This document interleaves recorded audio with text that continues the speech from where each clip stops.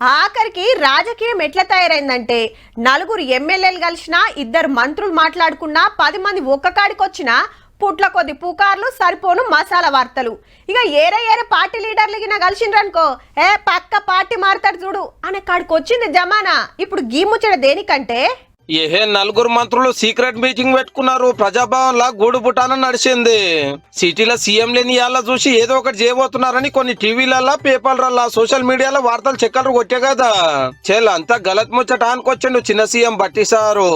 పని లేనటువంటి వాళ్ళు పిచ్చి రాతలు రాస్తూ పిచ్చి భ్రమను సృష్టించడం కోసం మీడియాలో ముఖ్యమంత్రి గారు అక్కడి నుంచి ఎప్పుడు నిరంతరం నాతో మాట్లాడుతూనే ఉన్నారు. ఏ మున్సిపల్ ఎన్నికలకు సంబంధించి ఏం చేయాలి, ఎట్లా చేయాలి, ఎక్కడైనా సమస్య ఉత్పన్నమైనప్పుడు ఆ ఏరియా సంబంధించినటువంటి ఇన్ఛార్జి మంత్రులుగా అక్కడ స్థానిక ఏదైనా సమస్య ఉత్పన్నం అయితే మొన్న జెండా వందనం నాడు గవర్నర్ గారు దావత్ చూసుకొని నలుగురు మంత్రులు ఒకటే కాలర్ ప్రజాభవన్ కు వచ్చి సీక్రెట్ మీటింగ్ పెట్టిరనే చర్చ నడిచింది.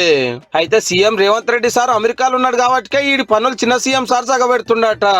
మున్సిపల్ ఎలక్షన్లు, బొగ్గు టెండర్ల లొల్లి, మేడారం జాతర ఇట్లా ఎన్నో ఉన్నాయి. గవే మాట్లాడుకున్నామని బట్టి సార్ క్లారిటీ ఇచ్చిండు అన్నట్టు. ఆ కలిసింది కూడా ప్రజాభవన్. నన్ను కలకపోతే వాళ్ళని కలుస్తారా? ఎవరు కలుస్తారు?